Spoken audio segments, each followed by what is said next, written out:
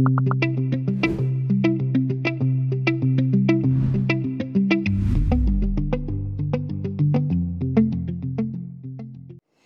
it's Chef Crystal and welcome to my kitchen. In this video today, I'm going to tell you my top brand recommendations for raw food appliances and what I use in my kitchen.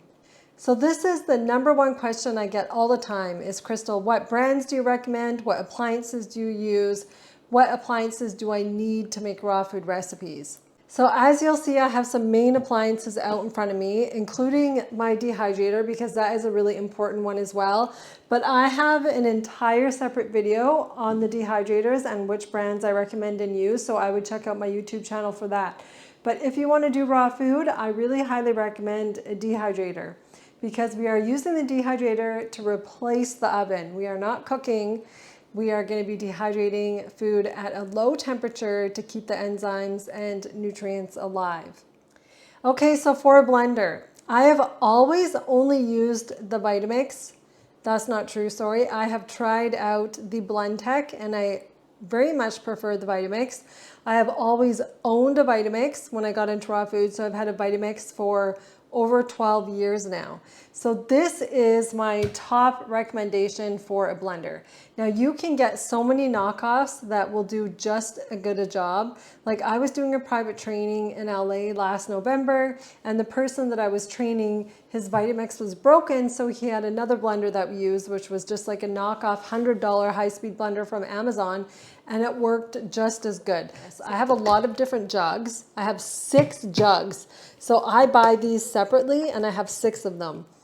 Why? Is because I don't want to have to wash them every time I need to do a new recipe. Because for example, if I'm doing a class and I have to make 3 blended components, then I can just grab a clean jug and then just do that so everyone's not having to wait for me to clean my jug. But if you're going to be making a lot of recipes and doing a lot of meal prep, it's going to be really handy to have a couple of jugs on hand.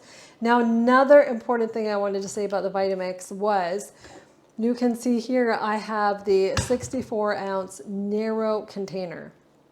All of the new Vitamixes have these fancy, like wide base jugs, right, that you see with like the Ascent series, and I can't even keep up with all their different series that they have. There's so many, they're just coming out with different ones all of the time.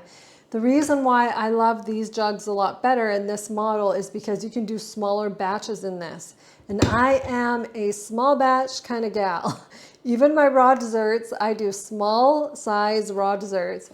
If you have a wide base jug, you're gonna have to double or triple some of the recipes in order for it to blend properly because you need a lot more volume. Now, Vitamix does have an amazing personal cup blender available now. So for people who do have the wide base jug and they want to make smaller batches, you can go on their website and it's called, I believe it's called the Personal Cup Adapter is what it's called. And so I have a lot of students who have that as well. So that's really good for smaller batches. Now for a food processor, you don't have to get an expensive food processor. I upgraded to this one after a couple of years into making raw food. I started off with a $40 food processor from Amazon and it did the job just fine. But then I wanted to upgrade to something better and a little bit bigger because I can do bigger batches in this since this is the 14 cup. And the Cuisinart model is just such a good quality brand. Like this is gonna last me forever. I've had it for about 8 years now. And so this is a brand I recommend if you want to get a good quality food processor. People always get confused between a blender and a food processor. They think that if they have a blender, they can use that also as the food processor, but I'm sorry to tell you that is not the case. You are going to need both because they do 2 completely separate things. If you need to make like a crust, for example, for a raw dessert and you start blending it, it is going to blend right down into like a nut butter really fast. You're not going to be able to get a flaky kind of crust that we're looking for, or you're not going to be able to process down almonds into a flour, for example, like we can do in the food processor. So the food processor does very different things than the blender. You're going to need this also for raw food because we do breads, we do our raw pastries, cake crusts, raw doughs, all of these sort of things. So the next thing is a juicer. Now this is obviously just optional. You don't need a juicer to make even all my recipes from my courses, for example. But I like to have a juicer because I love cold pressed juice. I drink it daily and I make juice every second day. And the Nama juicer, the Nama J2, is by far my absolute favorite because of this big hopper design. So you can do a lot at once. It's really quick. You don't have to cut up your ingredients small. It's very easy to use. Since I got this one, I've had this for about 3 years and I have never juiced more in my life because it just makes it super easy. I had one before where you had to chop up everything really small and I didn't use it that often because it was just such a pain in the butt, and then took forever to make the juice, so it just wasn't fun to use. So now for blenders, I also have a little blender, the NutriBullet, that I take with me when I travel.